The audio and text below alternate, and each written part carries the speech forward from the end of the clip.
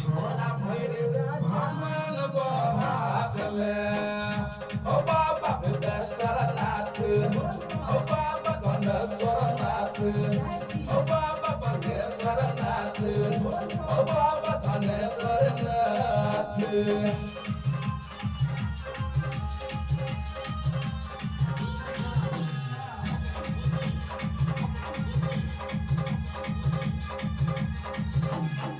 पैसा भांगा जल के आहार हो हस हस बड़ी छोरा लाला मतार हो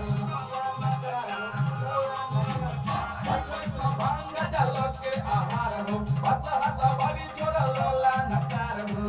चलो रखी गलोरे मैया से बात हो छोरा भैर काजा आगे बात हो ओ बाबा विद्यास्वरनाथ ओ बाबा ओ बाबा परमेश्वरनाथ ओ बाबा धनेश्वरनाथ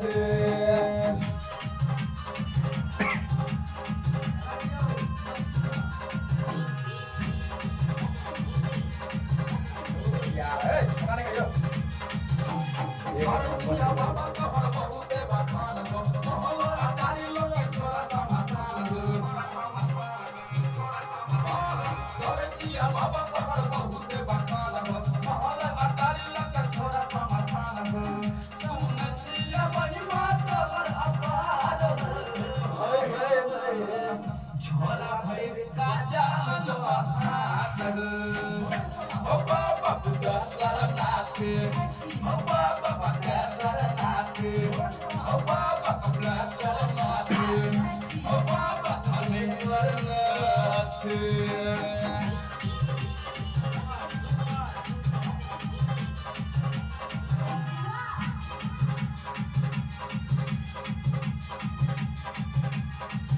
बिहारी बाबा रास्ता तकई छ इंद्रज सबल व्याकुल रहई छ